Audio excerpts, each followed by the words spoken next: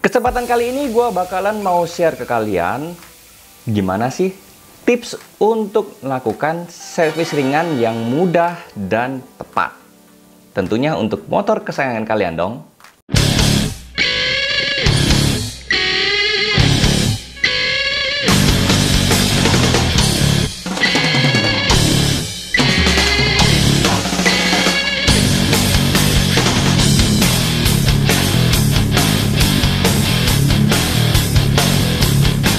Halo guys, gue Andre Farens dan selamat datang di channel gue. Jadi ya memang banyak yang bertanya di kolom komentar maupun di WhatsApp atau DM Instagram dan sebagainya.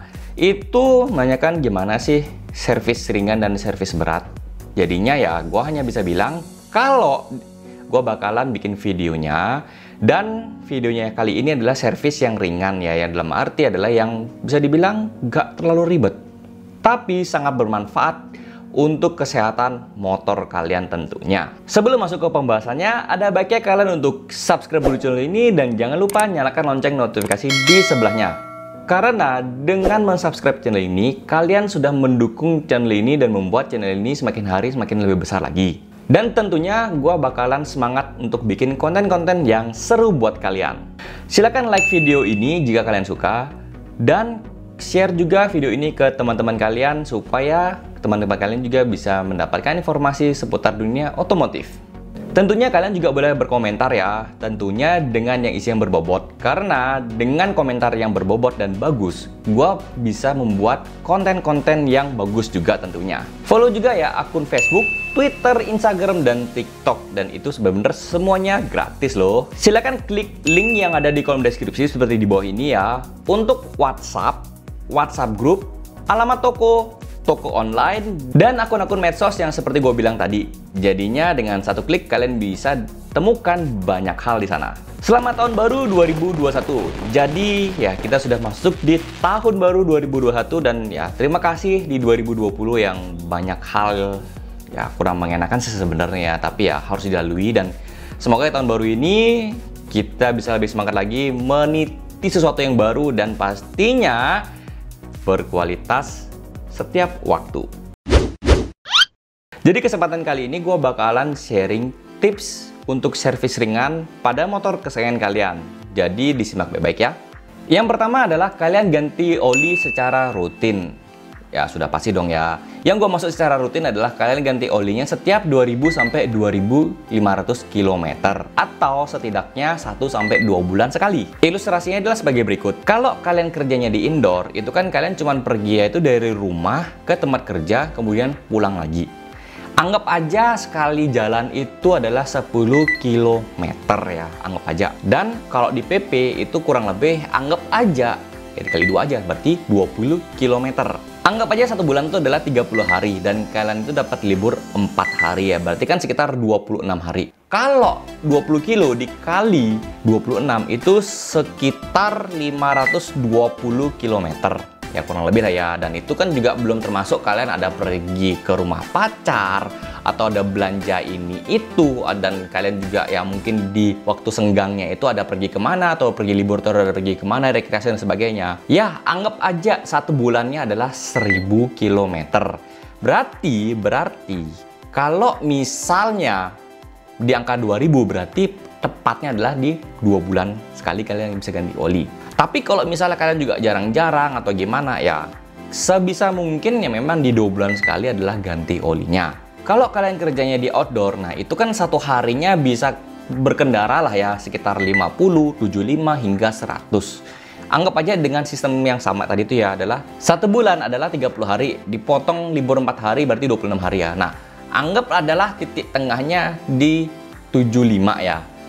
75 kali 26 itu kurang lebih sekitar 1900-an ya. Anggap aja genepin lah ke 2000. Berarti dalam waktu 1 bulan itu kalian harus namanya ganti oli. Ya itu kalau rata-rata di 75. Gimana kalau misalnya lebih 100 kayak bisa 125 ya, itu kebanyakan sih pekerjaannya kayak ojol, kayak kurir, sales dan sebagainya. Ya itu ya kalian juga harus namanya ganti oli lebih awal lagi ya, mungkin 2-3 minggu sekali kan ganti oli. Jadinya ya oli itu sangat penting peranannya dalam mesin kalian. Yang kedua adalah setiap 5.000 sampai 10.000 km sekali itu lakukanlah servis ringan. Contohnya adalah ya, kalian bisa bersihkan karburator ya, ini untuk motor lama. Dan juga kalian juga bisa namanya bersihkan injektor ya, atau motornya sudah memakai injeksi. Kemudian juga bisa namanya bersihkan filter udara. Kemudian juga cek busi ya. Jadi kalau misalnya businya kotor ya dibersihin aja sudah cukup. Tapi kalau misalnya sudah yang lapuk atau gosong atau gimana, itu lebih baik diganti aja businya.